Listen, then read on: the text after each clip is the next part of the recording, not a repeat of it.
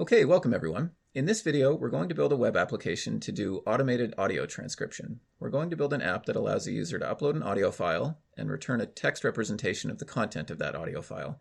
So this is useful anytime you want to make audio data more searchable, accessible, analyzable. Some examples of this include maybe you want to analyze customer service calls, maybe you have job interviews recorded over the phone that you want to be able to index or search through. Maybe you have podcast episodes that you want to make written transcripts available for. There are lots of different applications for this kind of tool chain, and it's increasingly easy to do this sort of thing now with the various services available. So automated transcription is also known as speech-to-text or automatic speech recognition, and this capability has become increasingly commoditized in recent years. So we're going to be using Amazon's Transcribe API, but you can find a similar offering from Google Cloud and Microsoft Azure, and some other paid alternatives. And then there are some open source alternatives. We'll look at one of these from Mozilla and Baidu at the end called Deep Speech. It requires a bit more setup and maintenance to use some of these open source alternatives, but you have a bit more flexibility and control. So anyway, we're going to use AWS Transcribe. This will build on the machine vision tutorial that we did previously, in that we're using Lambda and API Gateway. So I won't go into too much detail about how to use those. I'll cover the setup, but I won't spend too much time covering the basics of those two services. So if you're interested in sort of a refresher, check out our machine vision tutorial.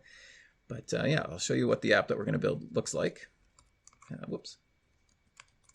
So we're going to build something that looks like this. We're going to have an app that allows the user to upload audio files and keep a library of files, and ultimately return transcripts that look something like this.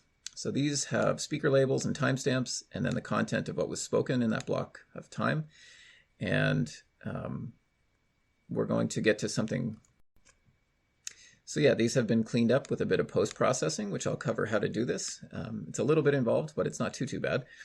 By default, you get something that looks more like this, which is just a solid block of text, but we can turn on speaker labeling in the API, in the transcribe service, and end up with something that's a bit more readable. So if you're doing analysis, if you're just doing sentiment analysis or indexing or searching or something, a block of text like this is fine. But if you want it to be readable, like in a podcast transcript, for example, you probably want something more like this. And so you have to do a bit more work to get something like this. I'm using examples from the Indie Hacker podcast, example episodes. I'm not affiliated with the podcast. I just really like it. Just a disclaimer there. So yeah, this is the final product that we're going to build. Just here in the UI, you can see we've got a repeating group here in Bubble that shows all the files we've uploaded. We've got the status of the transcription. So these ones are done. These ones are currently being transcribed, and these ones haven't started yet. We have a little audio player to listen to the content of the file. And then we have a way of deleting files. So that's the UI in a nutshell, as well as this transcript editor. We can make it so that the user can edit and modify the transcript as they like, just using a multi-line input in Bubble. But yeah, we'll get into those details later. So that's it in a nutshell. So let's jump back to the overview of the talk. Okay, so here's the outline of the tutorial. First, we're going to cover the architecture of the application, just briefly. Then we'll take a look at the AWS Transcribe landing page and how we interact with the API. And then we'll build the front end in Bubble, which is what we just saw. We'll build the back end in AWS, and then we'll connect them with some automated scheduling in Bubble. So it's pretty straightforward. So here's the architecture of the application we're going to be building. We're going to have the front end in Bubble and then the back end in AWS. And we're basically going to pass the audio data into Bubble and then pass it through to AWS Transcribe using API Gateway and AWS Lambda. So this is very similar to what we did with the machine vision tutorial, although the architecture looks a little bit more like this. We're actually going to have two paths to the Transcribe API, one to start the transcription and one to retrieve data after it's started. So we're going to have two API Gateway custom endpoints, and we're going to have two Lambda functions, one for each API entry point. And then we're going to call the Transcribe API start transcription method and get transcription method. So it's still fairly straightforward, but it's a little bit more involved than the machine vision one. So that's the outline of the architecture in a nutshell. Now let's hop over to the Transcribe landing page. Okay, so here's the AWS Transcribe landing page, which you can get to by typing transcribe in the search bar or by clicking services and clicking down here. You've got some details about the API here. You can launch it by clicking Launch Amazon Transcribe. There's also this transcribe medical version, which has been trained on medical data. We're not going to be using this, but if that's your application case, then feel free to explore this. And then down here, we've got the documentation, which we'll look at in a little bit. So if you click Launch Amazon Transcribe, it brings you here. And by default, you're on the Real-Time Transcription tab. We're not going to be doing real-time transcription. It's a bit more involved to do this. We're going to be using the Transcribe Jobs option, which allows you to upload audio files to S3 and then transcribe them. And so these are just previous test cases. So you won't see these when you click Transcription Jobs. But you click Create Job, and then you'll get these dialogues here to set a name for the transcription job, what language model you want to do. You can specify if it should automatically detect the language or not, or you can tell it, I know that my data will be in Dutch or English or whatever. And then you can choose the S3, the file on S3 that you want to transcribe, and then tell it where to output the data. So we're going to be doing all of these things, but we're going to be doing them through the API calls from Bubble and from Lambda. So that's the landing page. When you're ready to start programming, you want to come to probably Getting Started with Amazon Transcribe. So this will bring up the Getting Started guide. We want to use the API, so we'll click down here, and we're going to be using Bodo in Python, so we click here, and then you get this sample of a program to upload and transcribe a file in one shot. And so basically it takes an S3 file location and a job name, and it starts the transcription job with that data, and then it just runs a while loop until the transcription is done, and then prints out this data here. So we're not going to be using this sample program here. The main reason is that transcription takes some time. It takes several minutes or longer, depending on how long your audio file is. And what this does is says, basically keep this function running until the transcription is done. And so you could stick something like this in a Lambda function, but if the transcription is taking 10 or 20 minutes to do, this might time out because Lambda functions can only run for 15 minutes. And even if it doesn't, you'll be running that Lambda function for a long time and paying for all that execution time, which you don't need to do. So what we'll do instead is we'll have one function to call this start transcription job function, and we'll have another function that periodically calls this get transcription job function every minute or 5 minutes or hour, depending on how you set it up. And it'll just check in on those files at regular intervals. So that's the basics of what we're going to be doing. You can see there's not very much involved in setting up the calls. There's just a couple of data, a couple of parameters that you need to pass, which is a job name and a URI. So it's pretty straightforward. So before we move on to setting up the front end in Bubble, I'll just show you here. Here's the Google Cloud speech to text offering, which is a similar sort of thing from Google. And here's the Microsoft Azure offering. Same idea. You can see they both use the term speech to text instead of transcribe, but it's the same service, same idea. So yeah. And then lastly, we have this option from Mozilla, this open source implementation of deep speech. And so deep speech came out of a research paper from the Baidu group. And you can get the research paper documenting it on archive.org. This was published in 2014, and it was state of the art when it was released. And this is an end-to-end deep neural net architecture that does speech to text, and it performs quite well. It requires a bit more involvement than using these APIs from Google and Microsoft and Amazon. But if you're comfortable with server configuration and Python package installation and that sort of thing, and if you want to have full customization and control of your data and your pipeline, and if you want to use custom language models, there's lots of reasons to recommend this. I've used this in the past and I really like it. And I'm sure there's lots of other options available as well. But yeah, you can just go to the Mozilla GitHub repo for deep speech and look at the documentation. It's free to download and try. And so you could spin up an EC2 instance on AWS, for example, and download this, or you could use it locally on your laptop.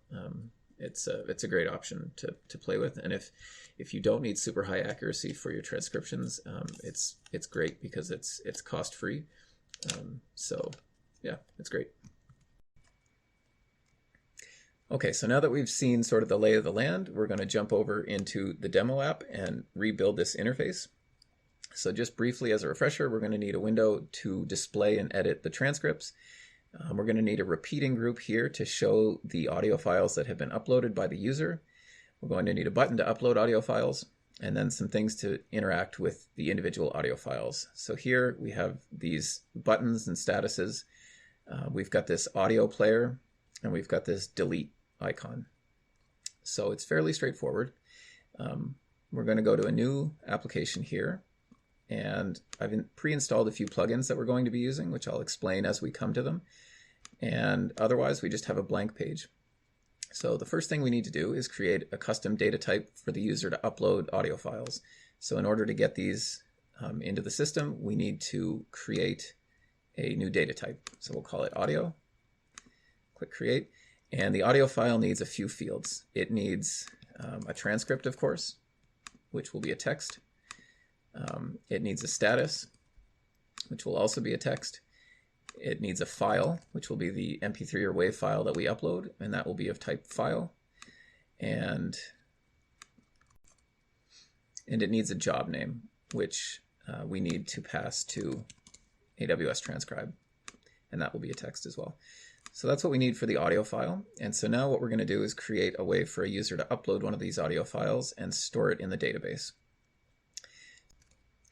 Okay, so the first thing we want to do is give the user a way to upload files to file storage on Bubble.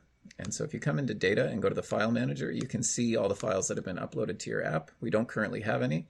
So let's make a simple way just to test that we have the ability to get files onto the system. So we'll just put one of these file uploaders here. And if we preview our app now, we'll see this, this click to upload file. Now we can pick a file, and you'll see the progress bar run. Now it's done uploading, and if we come back to our data and click search, we can see now we have this file uploaded to the system. But at this point, this file is not connected to the user. We have no way of displaying it or interacting with it. So we're going to delete this. And what we're going to do is come back here and say, we're going to edit the workflow for this button, or this uploader. We're going to say when the uploader value changes, what we want to do is first create a new thing, which is an audio. We want to set its file to be this file uploader's value. And we want to set the job name, status, and transcript to some defaults. So the job name, what we're going to do here is set it to a random string. There are various ways you might want to do this, but we're going to just say generate random string of, say, 12 characters using letters and say this. You could use numbers if you want. I wouldn't use this special characters box because there are certain special characters that are disallowed by AWS Transcribe. So for example, one of the things you may want to do is have a username attached to the job name when this is passed to AWS Transcribe. But if you're using their email, the @ sign will cause an error, just as an example. So you have to do some manual modification to use the @ sign in your names. So just to keep it simple, we're just going to generate 12 random numbers or 12 random letters, and that'll be the job name. We're not going to use that just yet. The status we'll say is uploaded, just as the default, and the transcript is going to be empty for now. So you could type something in here if you want a placeholder or whatever, but we're just going to leave it for now. So that's what we want to do. Now this audio will get created and put in the database under your all audio objects, but it won't be connected to the user. So what we would want to do there, I'll show you how that looks quickly, but what you want to do afterwards is you want to say also attach this audio file to the current user. So if we click the same file, short 202, then come back to our data and our file manager, we see it should be here again. And under app data, we now see we have this file with this URL on the Bubble S3 bucket. We have this job name, which is just random string of letters here, and then this status that we set. Now that's good, but under users, there's no way of knowing that that audio file was uploaded by a particular user. So ignore that, that was a previous user defined. So what we're going to do here to make that connection is we're going to go into the user data type, and we're going to create a new field called audios, and it's going to be of type audio, and it's going to be a list. And so what we're going to say is when this when this new data object or this new audio is created, we also want to stick it into the current user's audios list. So the way we would do that is by saying, we're going to say make changes to the current user. Make changes to the current user. The field we want to change is their audios. And what we want to do is add the result of step 1, so which is that data object. So now, if we do the same thing, it will attach to the current user. Now the last step you need to do is actually define a user that we can run the application as. So right now under our users, we don't have any users. We'll create new entry and we'll just say admin@adminmail.com. So now we have a test user that we can use. We'll click run as. And when this loads, we should now be able to click this uploader, put the file on the Bubble S3 storage, and create a database object for that audio file, and also attach it to the current user. So let's just double check that that's all not yet done. We see this user has no audios. We have this one audio here that we can delete actually. And we have our file over here. We're going to delete this as well, so that we have a blank slate. Now if we click to upload a file, let's pick a different one. Let's pick short interview 1. And you see it's here. I'll show you how to clear this text in a minute. Now we come back to our file manager. We see we have short interview 1. Under app data, we see we have this.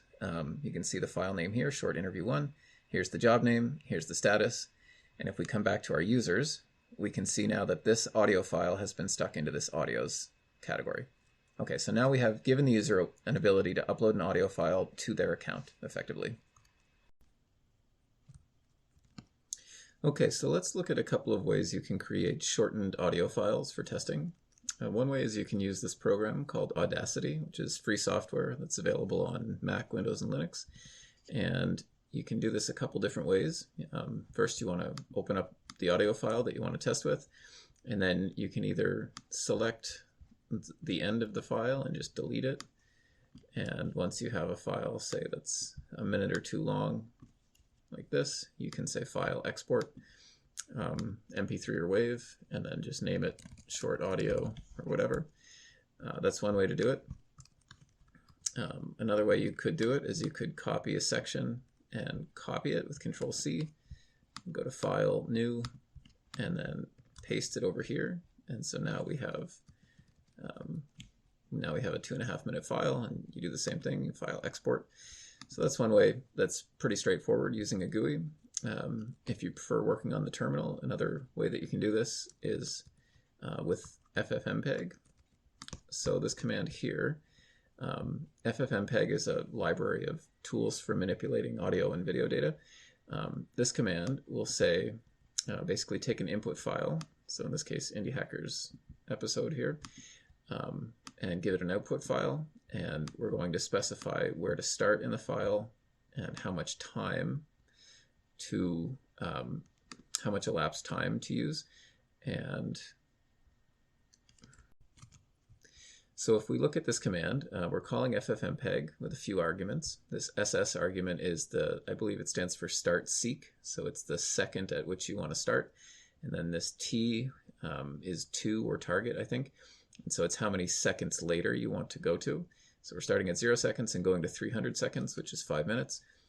We feed it an input file with the -i flag, and then the last argument is the output file. So basically what this will do is take this Indie Hackers 202 file, starting at second 0, go to second 300, and create a new file with that window. And so that's another way that you can create shortened audio files.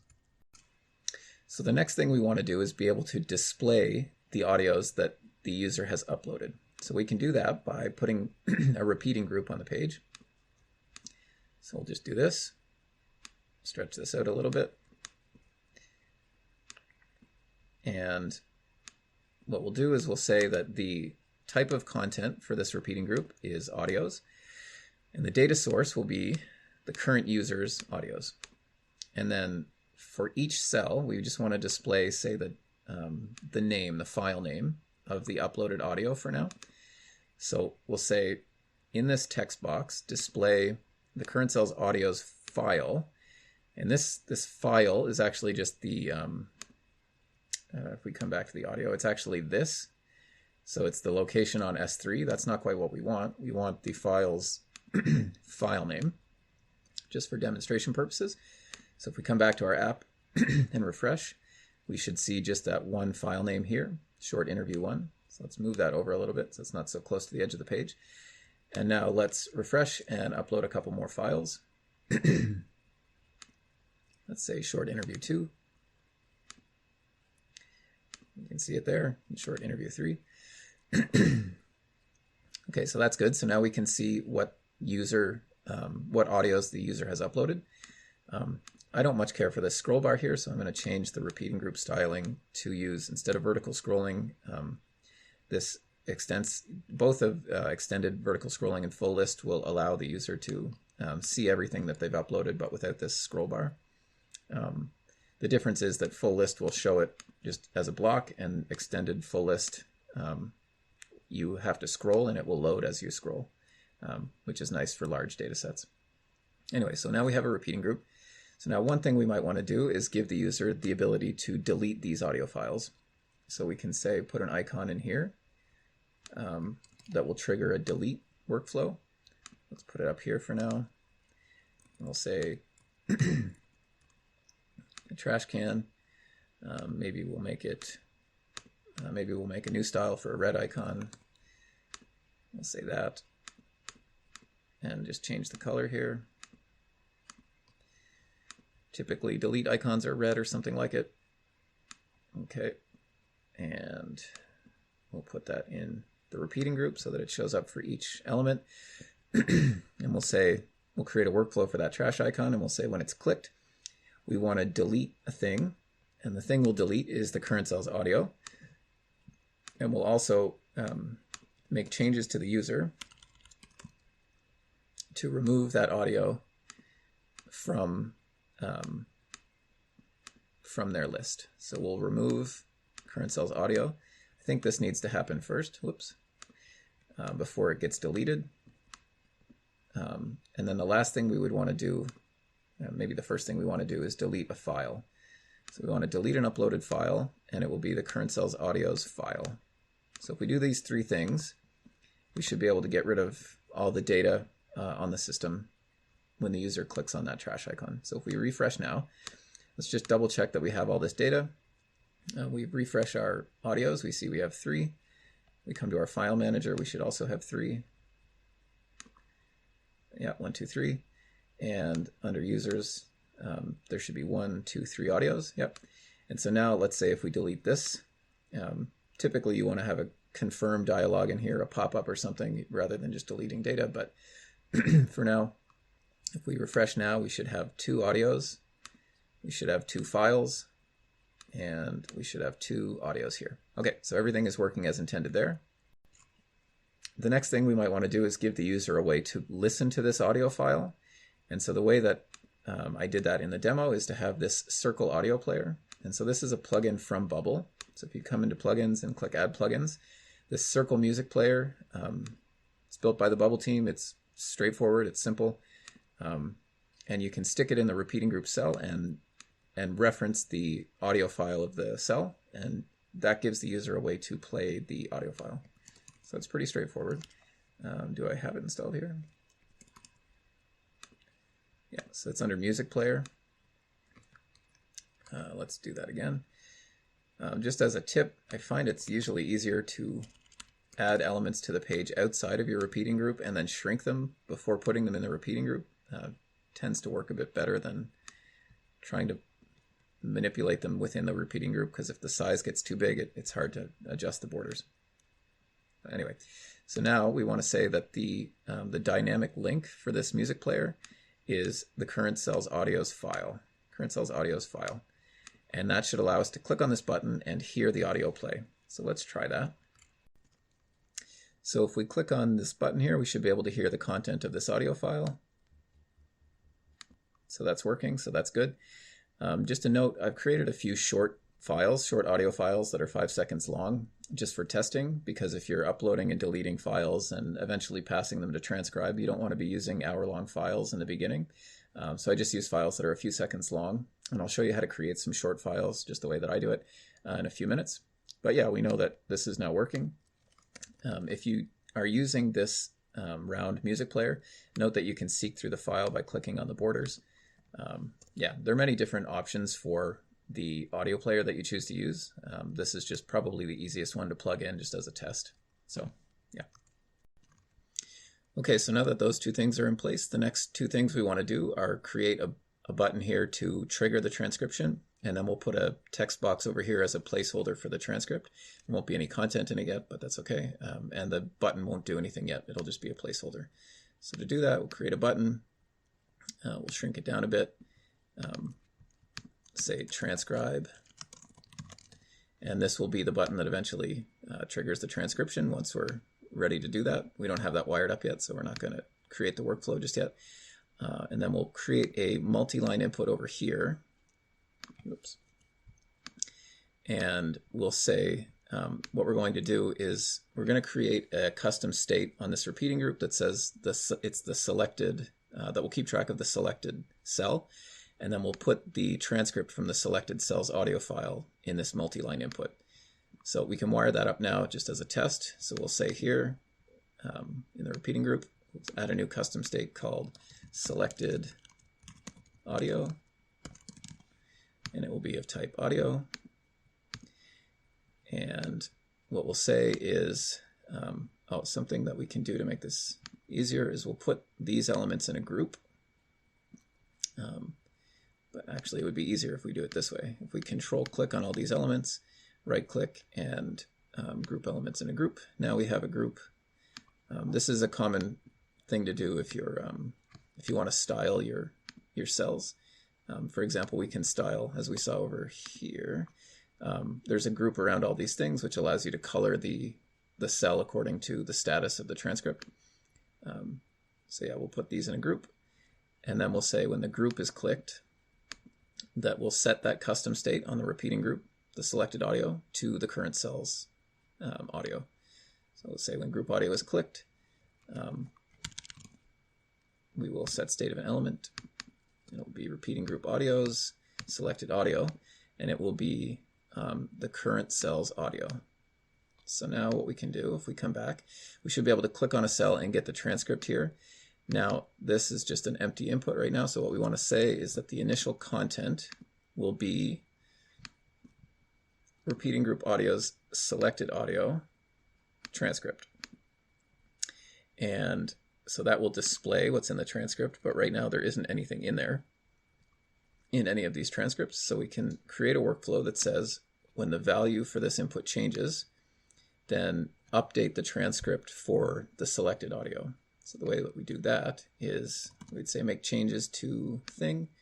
The thing to change will be the repeating group audio's selected audio.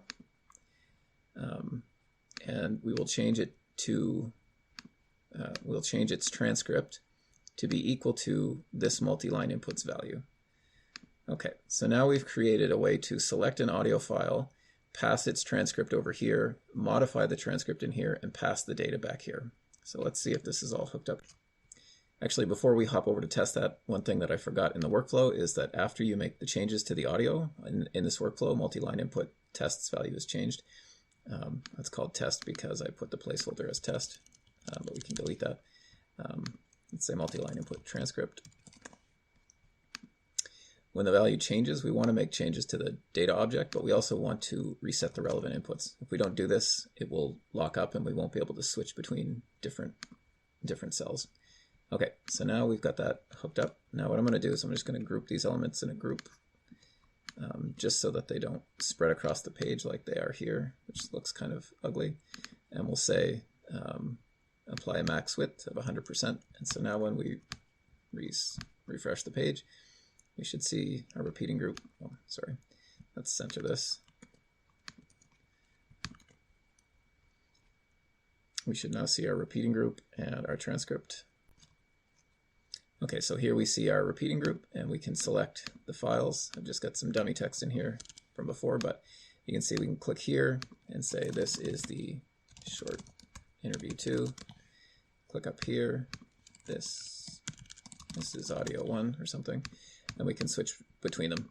Okay, so this is all working now. So now we've got a rough draft of the interface built. What we want to do now is hop over to AWS Transcribe and Lambda and API Gateway and start to build the functionality there. Okay, so now that we're ready to build our AWS backend, let's quickly look again at the architecture to see how we're going to do this. So we've built a draft of our interface in Bubble. Now what we're going to need are 2 API endpoints, 2 Lambda functions, and basically 2 ways of accessing, 2 paths to accessing the AWS Transcribe API. So we're going to need a start transcription path and a get transcription path. So what we'll do is first we'll look at the Lambda functions required to call these 2 different API endpoints, and then we'll attach an API front end so that we can access it via Bubble, and then we'll add these 2 different API endpoints to Bubble with API connector.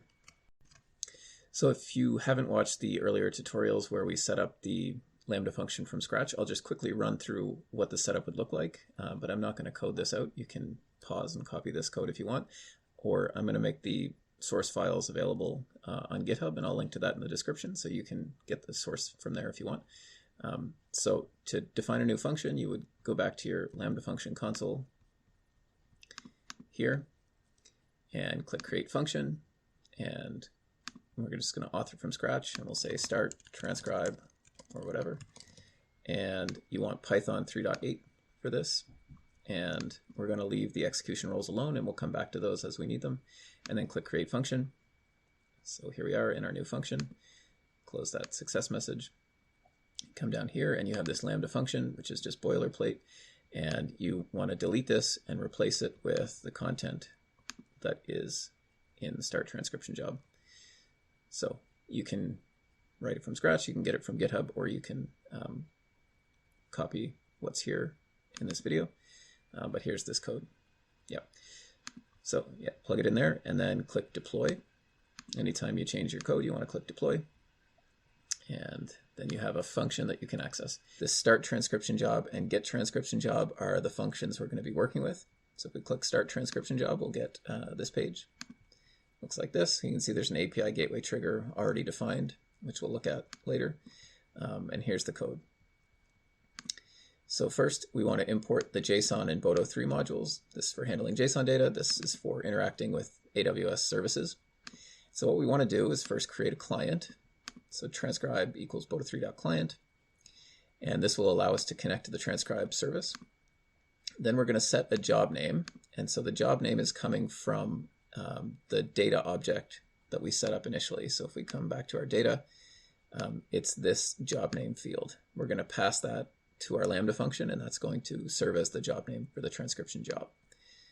And then we're going to specify the audio file location, and that comes from this file, the data in this file object. And so if we come to our file manager, it's, if you look down at the bottom of the screen here, you can see, it's kind of hard to see, but it's an S3 location, and we're going to parse that to access the file. I'll show that more clearly later. Basically, we're going to take that file URI from the database and then just prepend HTTPS to it. Then we are going to set a couple of options for turning on speaker labels. This will become useful later. It's not initially going to be useful, but we're going to turn it on just to have it there. Then we're going to start the job. So this is how we actually call the transcription API. So we use this transcribe client from above, and we call the start transcription job method, pardon me, and we feed it the transcription job name from here, the job URI from here, and then the settings from here. And we're just going to tell it it's English, but you can tell it to do, as we looked at the beginning, you can tell it to do language identification if you want. Then after that runs, we're going to get a return call. So this starts the transcription, but it won't finish, but it will return to us some information about the transcription job. And what we want is the job status. And we're going to return that to our Bubble app and stick that into the status field of our audio, which is here. So this will change to in progress after we call transcribe on it. Okay, so that is what the function needs to look like to start the call. Okay, so what we're going to do now is walk through the GetTranscriptionJob code along with the result of a transcription job. So I'll show you first how we get the JSON from a transcript job, and then we're going to go through this GetTranscriptionJob function, which will parse this and return our status as well as the results. And so, as I mentioned before, this has been pre-written, so I'll just bring it up here briefly before we go through it. Basically, we're going to load this file into memory and parse it. So the way you get a file like this through the API is in the Amazon Transcribe console. If you click on the name of a job, you'll get this page here, which is the results page. And you can click download full transcript, and that will give you a JSON file called asroutput.json. So you click this, and you can either save it or open it. Here I've opened it with Firefox. Firefox has nice JSON reading capabilities, so you can expand things and collapse them pretty nicely. I think Chrome does the same thing. So yeah, so that's how you would get a JSON file. And now let's look at what we're going to be extracting from it.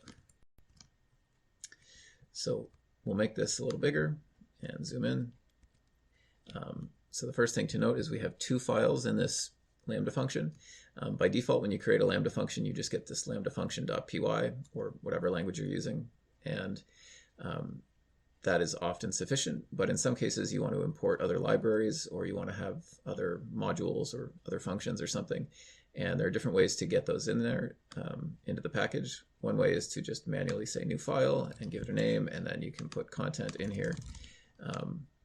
That's a little bit cumbersome if you're doing any amount of custom work. So the more common way to do it is to upload a deployment package to AWS Lambda. And so that's basically just a zipped archive that you upload to your Lambda function workspace, and Lambda will unzip the contents of that archive, and then you'll get this structure here.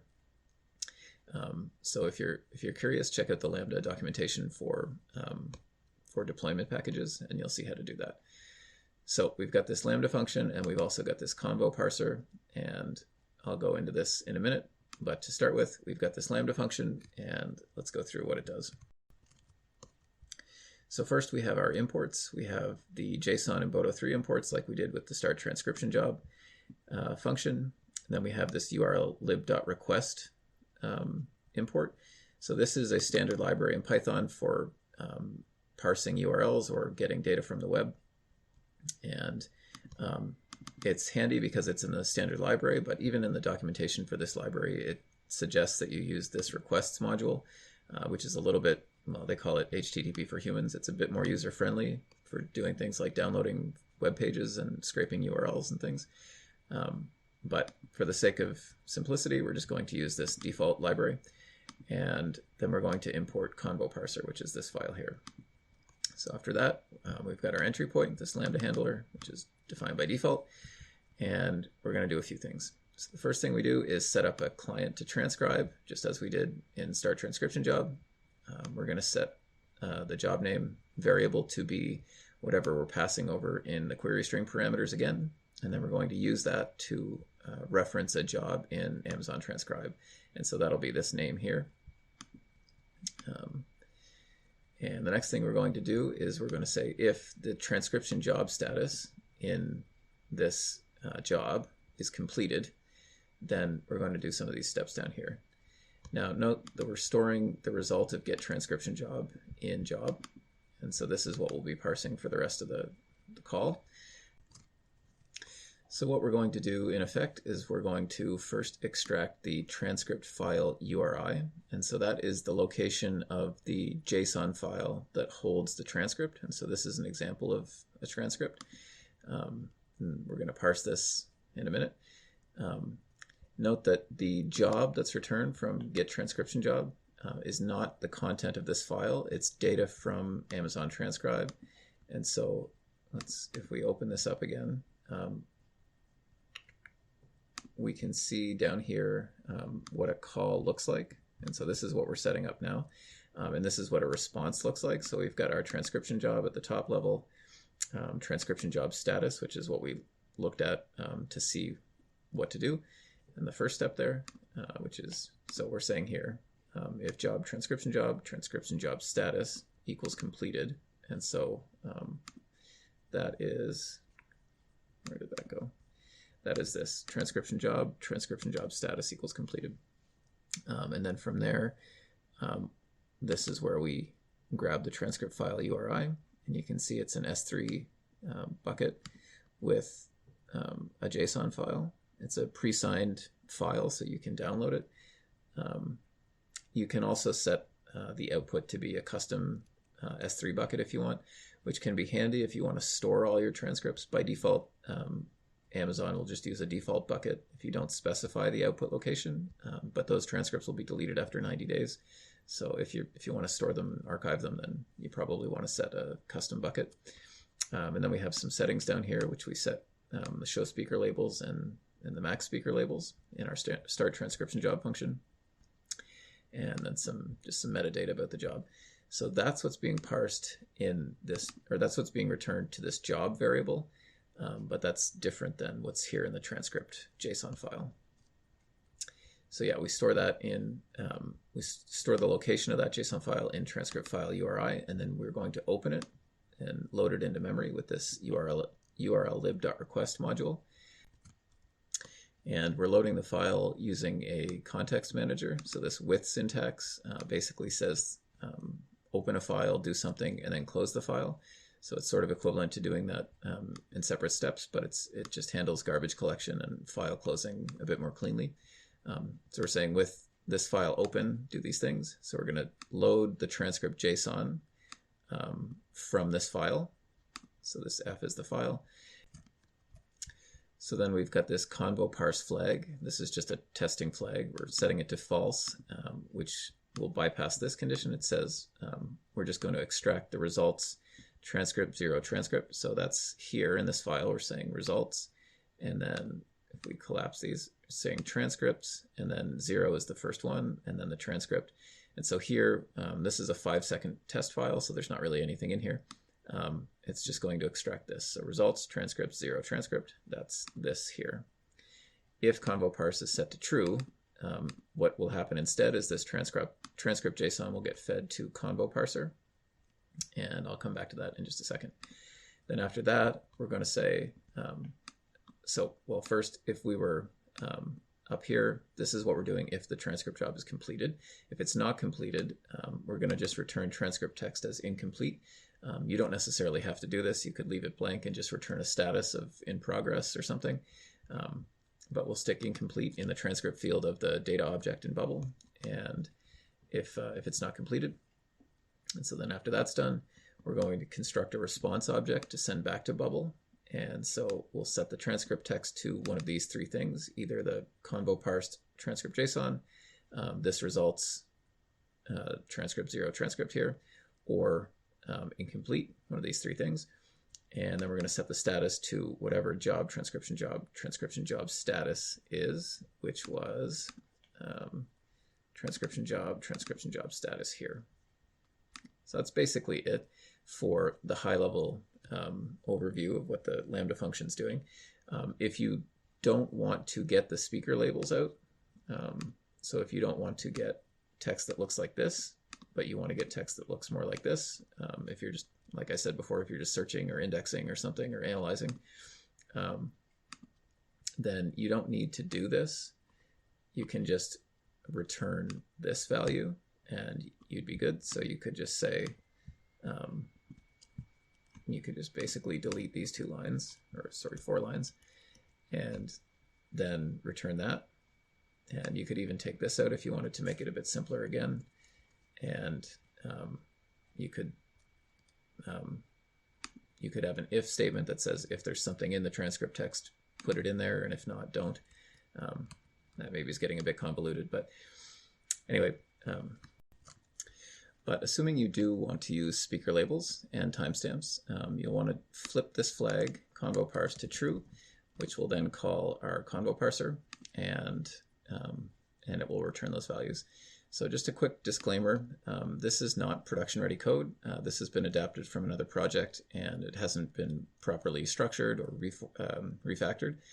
So you can use this to get started, but I would caution you to test it carefully and really try to understand what's going on before deploying this. But we'll walk through it, and I'll try to explain sort of what's going on. It's fairly involved. This is probably the most difficult part of working with the AWS Transcribe API. And so if you're just trying to get a system off the ground, I would actually recommend you don't do this speaker label parsing at the beginning and just stick with the block of text that we saw a minute ago. But if you're interested, hopefully this can help you get started. And if you get stuck, feel free to message me and I can help. I've worked on several projects now using this, and there's a few different ways that you can parse this. But anyway, what we're going to do is I've got a file open over here that has 2 speakers in it, and we're going to look at what the code is doing to parse this JSON file. This is the transcript file, JSON, and we'll see what it's doing. So before we actually look at how it's being parsed, we'll take a look at the structure of the file. So like I said, this is a file with 2 speakers that have been identified as 2 speakers. And when you have speaker labels turned on and the API correctly identifies that there are multiple speakers, it returns a couple of things that you need to connect. First, it returns segments, which are attached to these speaker labels, so nested within this speaker labels dictionary.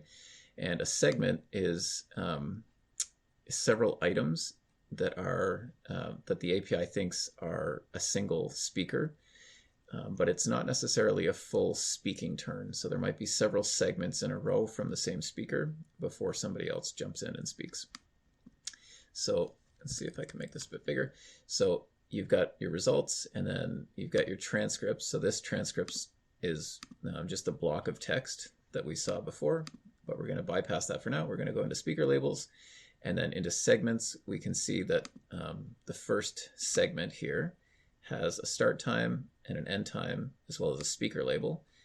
If we go to the next segment, it's the same speaker you can see here, but if we go down, eventually we should see a speaker 1, although these all seem to be, there's one. So segment 13 is speaker 1. The rest of these are speaker 0. So this is kind of what I was referring to, is just because it's a segment doesn't mean it's a sort of a speech turn. So then in the segment, we have items, and each item is a word or a punctuation mark. And so then you have the same sort of structure for the item. You have a start time and an end time and a speaker label. But what you don't have is what the content of the item was. So basically what we need to do is find the items that, find the words that map onto these items using the timestamps and collect them or collate them. And do the same thing at the level of segments. So basically we want to combine all the segments, all the contiguous segments from a certain speaker, and figure out what words, which are down in items here, which items or words correspond to those segments. And so the structure of the items dictionary is similar to the segments items. You have start time and end time in segments here. Same thing here, you have start time and end time, but then you have this alternatives. You can tell the API to identify alternative possible, basically guesses or inductions about what the content is, what the word is. But by default, that's turned off, and you just get a single alternative and a confidence. So you get the confidence and the content of what it thinks it is, as well as a type. And the 2 types are pronunciation and punctuation.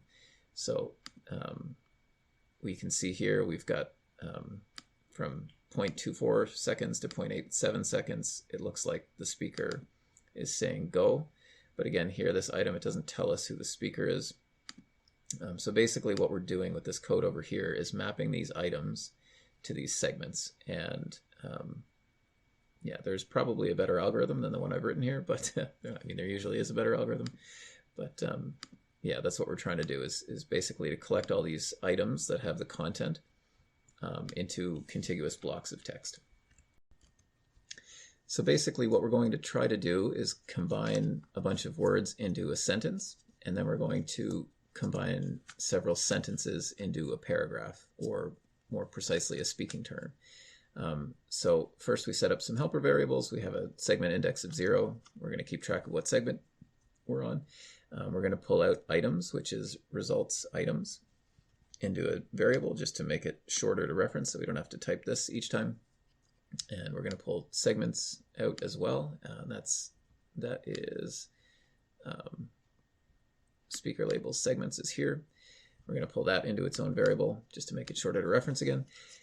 And then we're going to go through each of the segments in here and we're going to add a new key to this dictionary called sentence, and it's just going to be an empty string at the beginning, and then we're going to add the words from each of those segments into this string as we go through.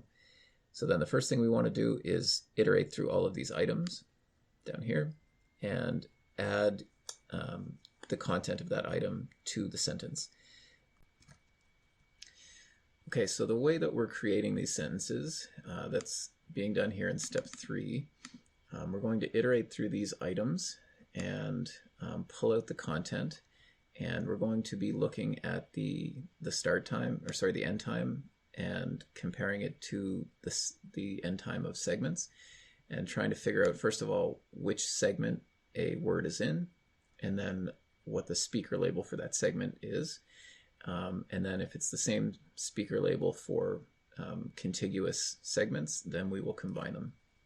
So I'll go through this line by line in a second here, but just at a high level, basically what we're doing is determining whether something is punctuation or pronunciation, and determining if we're on the final segment of the transcript.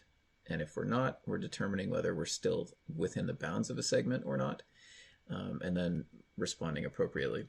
So just as a note, we have this for loop, and then we have a nested if, and then an elif, and then we have this second nested if under here, and then an else, and then an if. This is really poorly structured control flow. This makes it really hard to reason about what's actually going on in this code. So I would strongly recommend you factor this out into different methods or objects. This is not the way you should write this, but we'll go through it, and hopefully that will help sort of point towards what you can do to improve it. So we'll start at the top here. The first thing we do is we call enumerate on items, and so we're going to go through each item and store the item itself in item and the index that we're on in index. If you've never seen enumerate in Python, just returns a tuple of the position in a list as well as the item, or really the index of an iterable, as well as the item itself. And then we're going to pull out the item content, and so that's if we are on the first item, so it's 0 here, we're going to say take the item's alternatives 0 content, and so it's the word go here in this. So the first thing we do within this loop here is we say if the item type is punctuation, so if it's a period or an exclamation mark or a question mark, we say basically add that item content onto the current segment's sentence. So we keep track of this seg index variable up here and increment it down here each time we go beyond the bounds of a segment. But here we just add it to the end of the current sentence, and that's enough for this loop, because basically what this loop is doing is determining whether we need to start a new sentence or not. And punctuation will never be the start of a new sentence. It'll always be the end of a sentence, of course. So we don't need to do this next check down here, which is determining whether we're still within the bounds of the segment or not. So that's how we handle punctuation. If it's pronunciation, then we have to determine first if we're on the final segment of the transcript. And if we are, we just add the word and we're done. So we just say the sentence string in segments at the current index is now whatever it was before, plus a space, plus the item content, so plus this new word. If we're on the final segment. If we're not on the final segment, so this is most of the time, then we want to check first of all if our item's end time, so here we have item 0 end time, if our end time is greater than the segment's end time. And so we see we have the same, we go speaker label segments end time, then if the item's end time is greater than the segment's end time, then we know we're onto a new segment. So we increment our seg index counter, and then we add our current word to this new segment's sentence. So now on segment's seg index sentence, which is whatever seg index plus 1, we do the same thing as we did up here. We add the existing content of the sentence plus a space plus the item content. So yeah, you would probably want to pull these out into separate methods and sort of tidy up your for and if logic here, but basically that's what we're doing. We're going through and checking where we are in the transcript, where we are in the segment, and then responding with the right action. So that method, that block here, is the least readable and sort of the most important. This is where I would spend time sort of improving things if you were going to use this. But after we've done this, we've basically combined all the words from the same speaker into sentences, and then we just want to combine those sentences into paragraphs. And so we just iterate through those segments and compare the speaker label for them. And whenever they're the same, if two contiguous segments have the same speaker label, we combine their sentences. And if they're not, we basically append the working segment and then start a new one and move on to the next one. And that gives us paragraphs. And after we do that, we append the final segment. So here we only iterate to the second from the last segment because each time we're looking at the segment and comparing it to the segment in front of it. And if you do this to the final segment, you'll be sort of looking past the end of the list. So we don't do that. And then once we've got those paragraphs combined, we just do a bit of cleaning. So we see over here that we've got speaker 1 and speaker 2. If I expand this, you've got SPK_0. And so whenever we see that, we just replace it with speaker 1 just to make it a bit cleaner, more human readable. And so here we just go through each utterance in the dict convo, which is this list where we combine the paragraphs, and we just replace these values. So then after we've done these replacements, we create a new string object called text convo, and we iterate through our paragraphs and pull out data to make it a bit more human readable. So we pull out the speaker name, the start time and end time. We combine those into a header, a time header, and then we pull out the sentence, and then we compile each paragraph to be the speaker name, and then a couple of tabs, the time header, which is start time dash end time, and then the sentence, and then 2 new lines. And so that's this structure that we saw right here. We've got speaker name, a couple of tabs, start time dash end time, new line, and then the block of text. And so once this text convo is compiled for each paragraph, so we're doing this for each segment basically in dict convo, we add each paragraph as an object to this text convo as we iterate through it. So yeah, that's a fairly quick run through of this. Like I said, it's kind of involved and it's not written super well here, but it should be enough to get you started if you're interested. So then the last thing you need to do after you've written the code, the Lambda functions for the get and start transcription job, the last thing to do is add the appropriate permissions to allow these Lambda functions to access other Amazon resources. So the way you do that is you open up your function, say the GetTranscriptionJob function, come to configuration and go to permissions, and then you click here and it will open the role in the IAM console. And so this is the GetTranscriptionJob role. It needs access to read from Amazon Transcribe, and the start transcription job needs full access to the Transcribe API, which I don't have here. So you click Attach Policies, and it'll bring up this dialog, and you can type transcribe here, and you need full access for start transcription job. So click Attach Policy. You can see it's been added, and that's all you really need to do is add the read and full access transcribe roles to these 2 functions respectively. Now, if you are going to be writing to a custom S3 bucket, you will need S3 full access for start transcription job to write to it. Otherwise it should just be the transcribe roles you need. If you find yourself having issues, add S3 read access or full access and see if that resolves it. But I think that the transcribe access gives you access to the S3 buckets that are used by default for the transcribe API. Okay, so now that we've got the Lambda functions for start and get transcription job wired up, let's go over to API Gateway and hook up a couple of API endpoints and connect them to our Lambda functions. Okay, so you come over to the API Gateway console, which you can find through search or through the services menu. And you can ignore these. You want to click Create API and come down here and click REST API. And then what we're going to do in here is we're going to create a single API that has two resources, basically two endpoints. So you can leave this default, and say, you could call it my transcribe API, give it a description if you like, and just leave this as regional, and click Create API. Then here, we've got this root resource, as we talked about in the previous tutorial. You want to create a new resource, which will say start transcription job. And you can see it does some substitutions here, and then just click Create Resource. And then we're going to create another one, so make sure you come back to the root. If you click here, if you click Create Resource, it's going to create it underneath Start Transcription Job. That's not what you want. What you want to do is click on Root and click Create Resource again. And we'll say Get Transcription Job. Click Create Resource. So now we have two endpoints basically. Now we want to create methods for those endpoints. So under Start Transcription Job, we're going to say Create Method. And we're going to create a get method.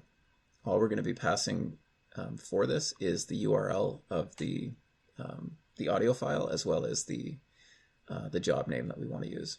So click get and confirm, and now we get this method creation dialog. So we'll just leave Lambda function. We'll click integration, and then we want to select the Lambda function that we just wrote and start transcription job. So this is the dummy one that I created, but this is the one with the actual code in it, which is here. So you want to click that, and you can leave this default if you want, or you can shorten it. As I mentioned before, it's 29 seconds is the default, but you probably don't need it to be that long. And click OK. And now you'll have a get endpoint that you can access for the start transcription job that will talk to this start transcription job Lambda function. So that's all good. And then you want to do the same thing, basically do the exact same thing. You want to have a get method, and you want to have the same settings, Lambda proxy integration, but here you want to use the get transcription job code and click save. And now you've got these two endpoints that can be accessed with get calls or get requests. And yeah, so one of them is attached to the start transcription, one of them is attached to get. Now, what you might want to do here is test that your start transcription job is working correctly. And there are a couple different ways you could do that. You could test it here in the test console. You could test it through API Gateway, or you could now wire up your API connector in Bubble and create a button to trigger the call. You could do it any of the three ways. I think probably the simplest way to do it is first to do it through this test console. But the downside of this is you need to grab the URL, the S3 location of the audio file, and stick it in here. And it's a little bit convoluted, so it might be easier to just create the button in Bubble to trigger this. And so that's how we're going to do that. So the first thing we'll need to do is install API connector, and then create an API endpoint, create an API connection to the endpoint that we created in API Gateway over here. So we'll link it to this method, and then we should be able to start transcription jobs from within our Bubble application. So let's do that now. So come back to our Bubble app. That's the old one. What we want to do is create a workflow on this button that will call this API. So first you want to make sure that you have API connector installed. And then you want to connect the API in the following way. So you want to add another API, and we'll say transcribe API. And under here we're going to have two different calls. So you just leave this default, leave these alone. And then here we'll say start transcription job. and it'll be a get as we defined it. We want to use it as an action so that we can trigger it with our button. The data type will be JSON that's coming back. And come back to here. Note that you want to come to actions and deploy API in order to be able to use this. Okay, so if you don't have a stage defined yet, you shouldn't have a stage in the beginning. We'll call it test and deploy. So now it shows us this URL. We should now be able to invoke these two endpoints by using this URL. Okay, with these resource endpoints here on the end. So for example, if we come to this one, it'll show us GetTranscriptionJob on the end. If we come to this one, it shows Start Transcription Job. So we're going to copy this URL and stick it in here. And so now whenever we trigger this action in Bubble, it's going to hit this endpoint. We don't need any headers. I'll make a video in the future about setting up some authentication for your APIs so that they're not publicly accessible. And so just an API key, basically through API Gateway, you set up usage plans and API keys, and then you can plug these into Bubble, which just helps people, helps protect your APIs. But for now, we're just going to keep it public. And so now we need a couple of parameters. So if we come back to the Start Transcription Job code, this here event query string parameters, these are what we're going to pass in here. These are the query string parameters. And the ones that we need are a job name and a file URI. So the way we will do that is we'll say, well, first we'll say job name and file URI. And we have to plug something in here to initialize, and I'll do that in a second.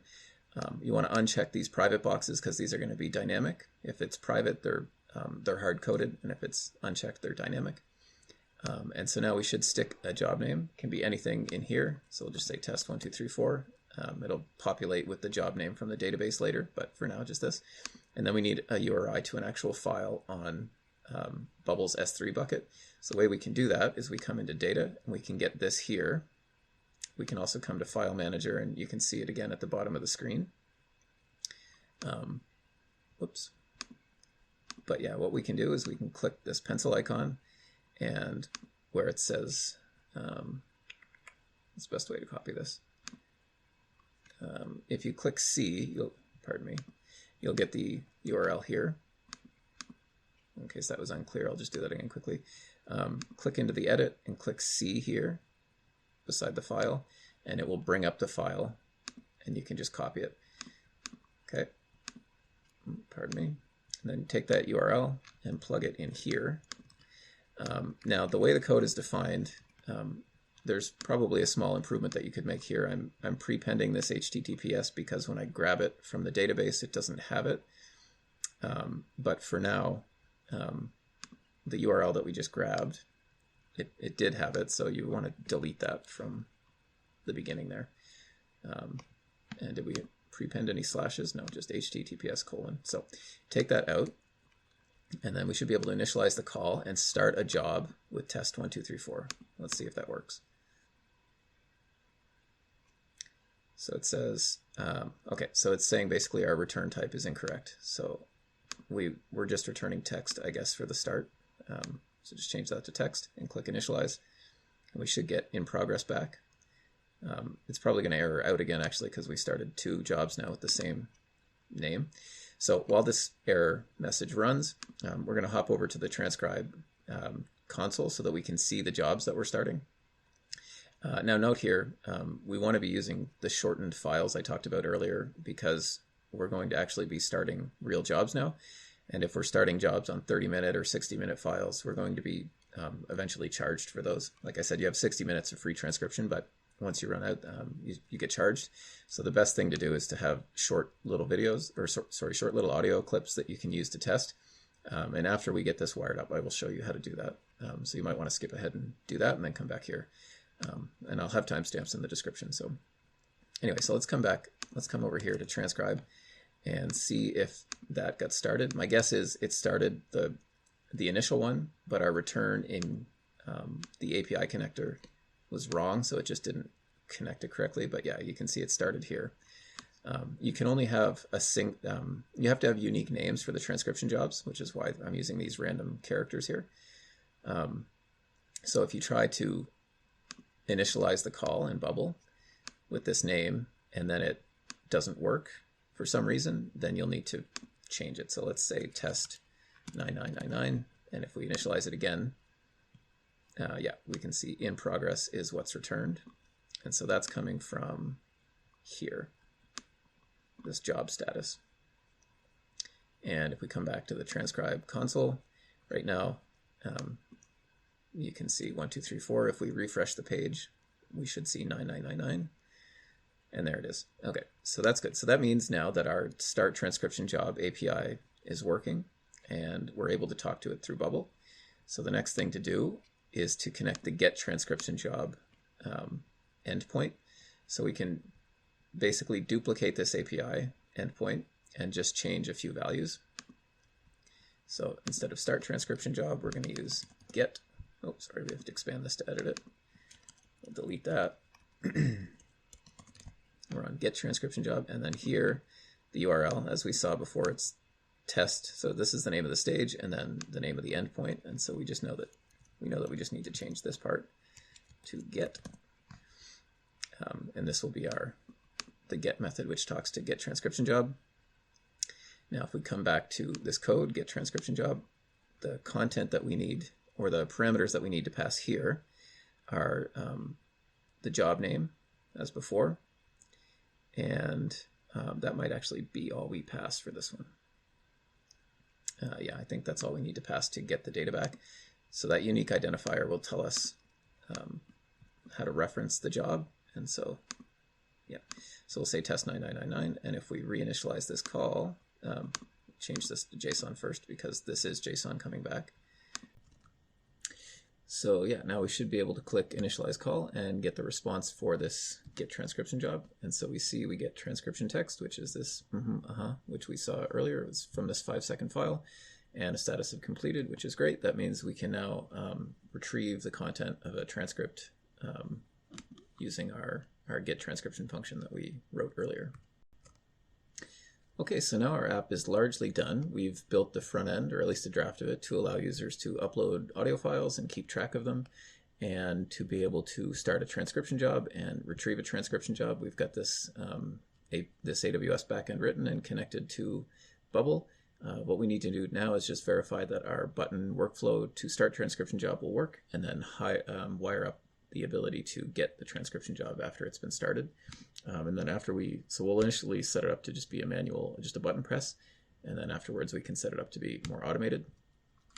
So first thing we want to do is come in back to our transcribe button, and we want to start edit workflow. And right now we don't have anything defined, so what we want to do is we want to pass data from the audio file of the parent cell to start transcription job.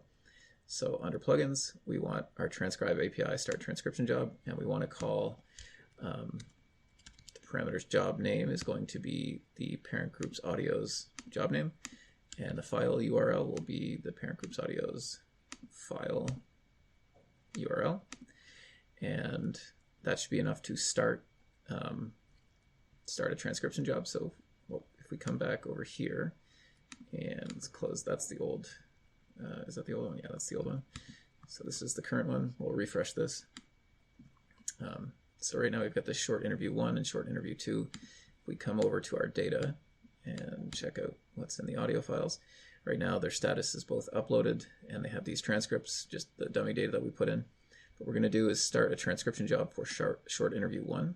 And so it's JHM, SA, so on and so forth. And so we will come back to our transcription jobs console and refresh here. It's errored out. And we should be able to start the transcription job and see it show up here. So we come back here and click transcribe. Make sure we've got this workflow wired up correctly. Yeah, let's come back here and click transcribe, and hopefully we're not doing anything with the return value to update the cell or anything yet, but we should be able to see it over here under our transcription jobs. Yeah, and here it is, JHM, SAW, blah, blah, blah. So that's good. That means we're now able to start transcription jobs from our interface. close this. And the next thing we want to do is add a button to say get transcription job. So let's close this. Let's go back into design. So let's move this up and then let's copy that. And we'll change the style here. Call it, let's say secondary button. And we'll say get transcript. And on this, we will do the other workflow, the other API call. So we'll say get transcription job. And the job name that we want to get is the parent group's audio's job name. So now when we click this, this button, we will get the return call, but we're not doing anything with it yet. So what we could do is we can say, so if we recall from the GetTranscriptionJob API call, we can check it again here. We get a transcript text back and a status. So we want to put the status into the database, and we want to put the transcript text into the database as well. So what we can do is do that here. So we call the API, and then we want to make changes to the parent group's audio. So we say make changes to a thing. The thing to change will be parent group's audio, and we want to change its status to result of step 1's status, and its transcript to be result of step 1's transcript text. Now if this works, then that should populate the database. We don't yet have it wired up in the front end, but that's okay for now. If we come back to transcribe, we can see this job is now done.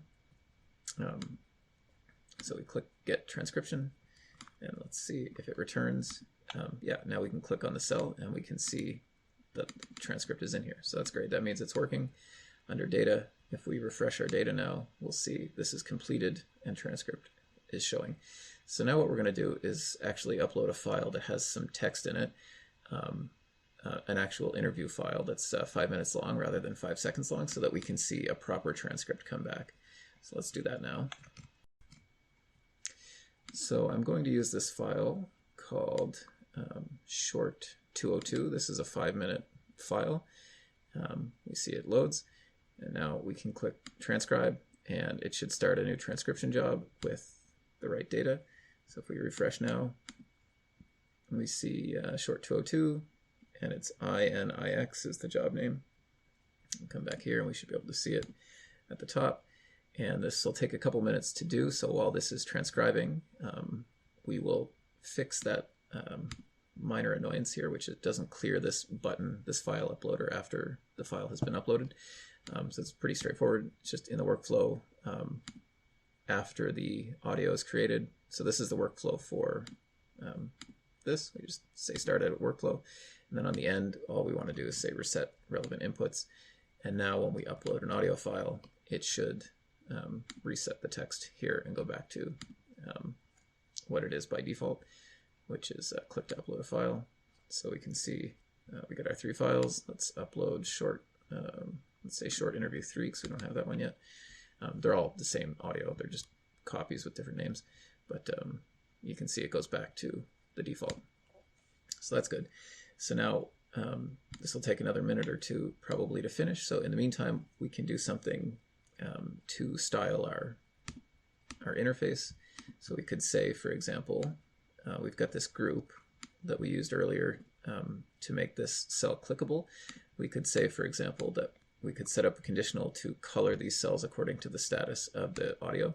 So we can say when current cell's audio status is, say, completed, then we want to set the background style to flat color and background color to, you know, maybe some green or something, maybe a nice soft green like that. And we should now see this one is green because it's the only one that's been marked as completed. This one here, actually, hopefully this isn't done yet, and we can refresh it and get the in progress status. Okay, it is done. Well, what I'm going to do instead is I'm going to change short interview to change its status to in progress just as a demo, just to give an example.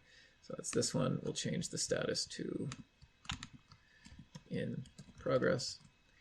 It's not true, but that's okay. And we could do the same sort of thing. So we've got this condition. We could say copy condition, and paste it, and so now we have this. We can say in progress. Then we want, say, a yellow instead of a green, and then we can refresh, and this should now be yellow. Just a bit of a workaround to demonstrate that. And then now finally this is done, so we should be able to click Get Transcript. This should go green, and we should be able to see the transcript. If I click on the cell right now, nothing comes up over here. Right now there's nothing here, but I should be able to click Get Transcript and see the block of text over here. Let's find out. Okay, good. So now we see this unparsed, so there's no speaker labels or timestamps. That's okay. We're going to turn that on in a second and then rerun this get transcript and hopefully get the parsed text back.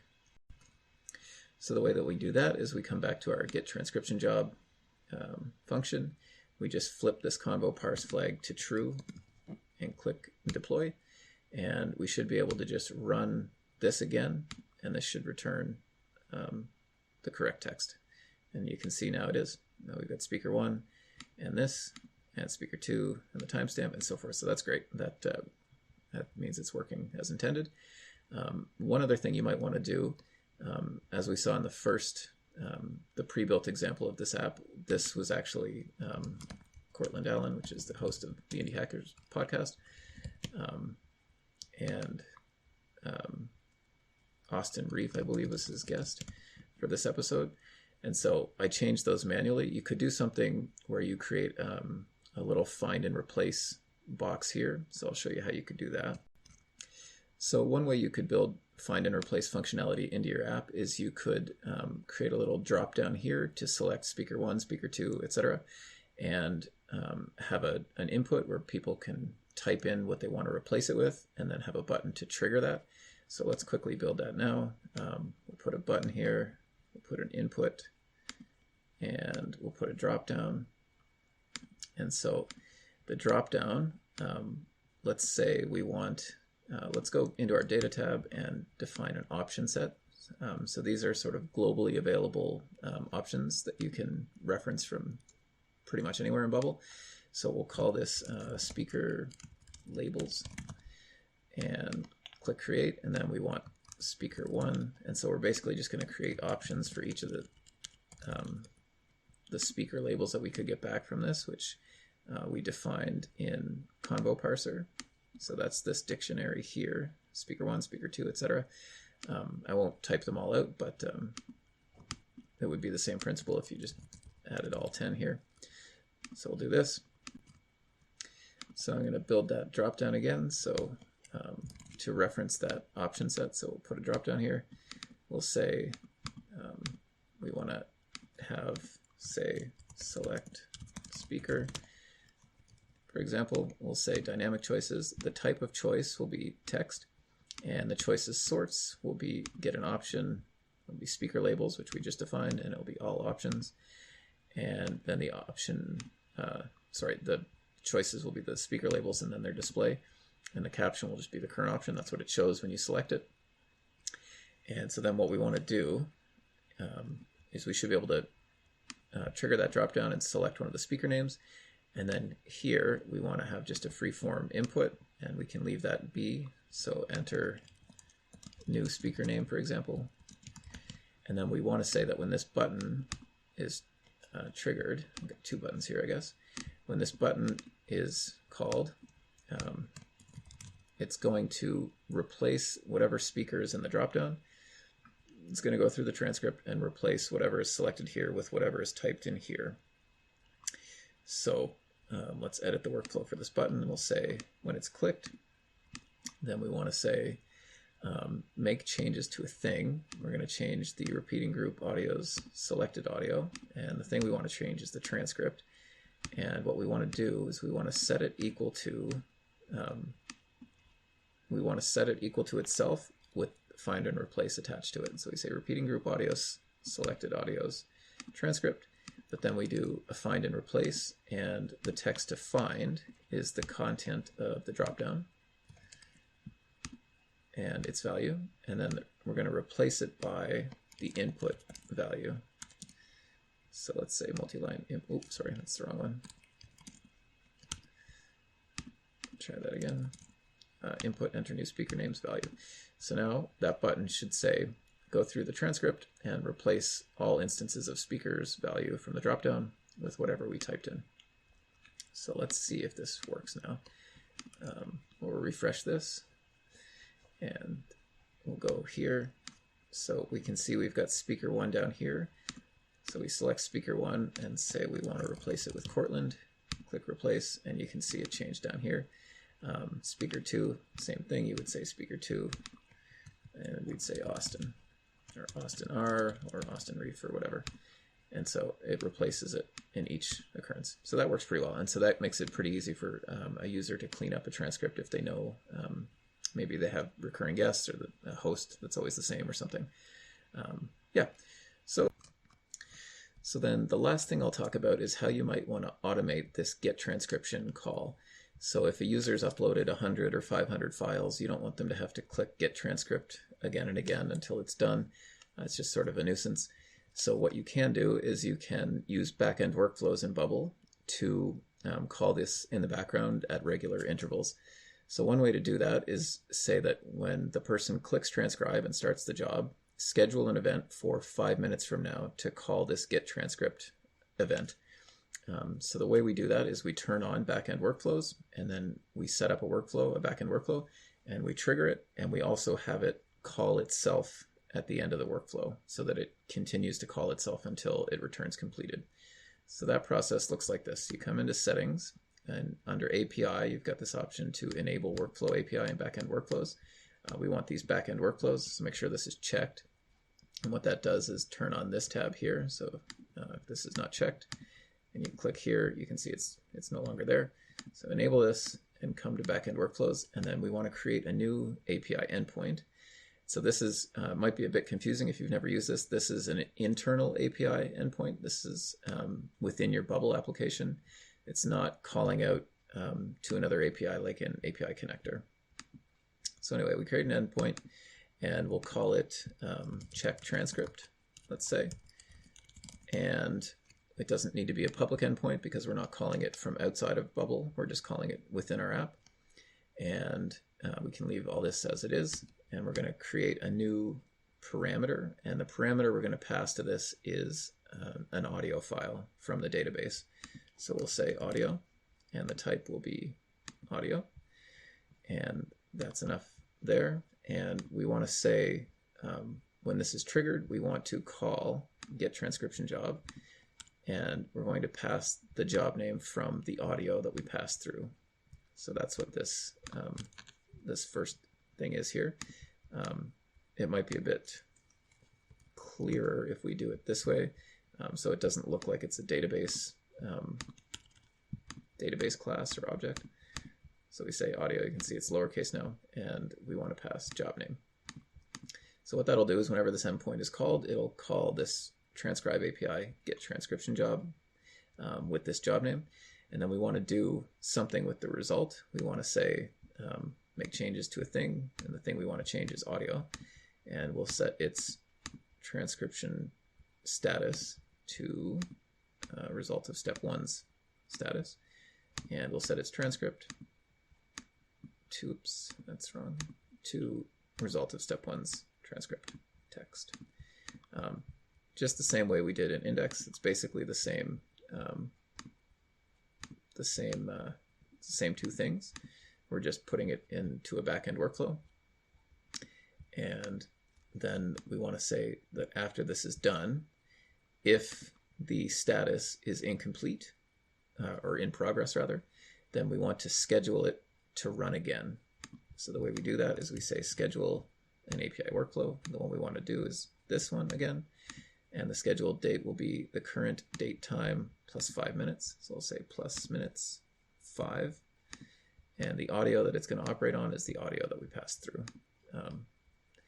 But we want to say only run this when audio's status is in progress.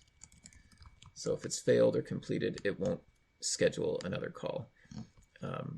Now what we can do is say call this when we click on the button to start the transcription job.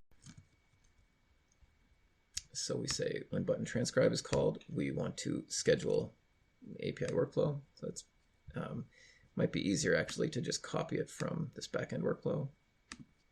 We'll say copy this event with all these parameters and go back to index. And we say when transcribe is clicked, we'll delete this. We'll paste it here. And now we have to change the audio because we're not passing that audio through. So the audio that is in question will just be parent group's audio. And we'll say when parent group's audio's status is, we would say incomplete actually, but we don't need this condition because it will always be in progress when we just start it. It will never complete immediately. So as far as I know, it takes a couple minutes to spin up, and then it usually takes a couple minutes to transcribe, if not more. Okay, so now what should happen is we click transcribe. It schedules the initial check transcript for 5 minutes from now. And then each time this runs, if it's not finished, it will schedule another call. So the way you can monitor that is if you come into your logs and your scheduler, click show. You can see we have no events here right now. If we come back to our app, we'll upload a file and click transcribe, and then we should be able to see a scheduled event to check the transcript in 5 minutes. And then we'll come back. I'll pause the video and we'll come back in 5 minutes and we'll see if it has in fact run. So we'll say short interview 1 again, and it should upload, and now we see it. And we click transcribe, we see it's sending off the call. Requires access to the API. Okay, so what's happening is it's saying you need basically to be on a paid plan to run this. So you can set it up, you just can't run it until you're on a paid plan. So yeah. So yeah, that's a bit anticlimactic, unfortunately. You need to be on a paid plan to access that backend workflow functionality. But if you are on the personal plan or above, then you can set that up and have that basically get rid of this button and just have it update in the background until it returns completed. And then that will be a much better user experience for somebody using an app like this. Well, that's it in a nutshell. Hopefully that was useful for people. You probably want to style this some more if you're building something like this. But yeah, hopefully this was a useful primer to doing automated transcription with AWS and Bubble. And if you have any questions or comments, please leave them below. Thanks for watching.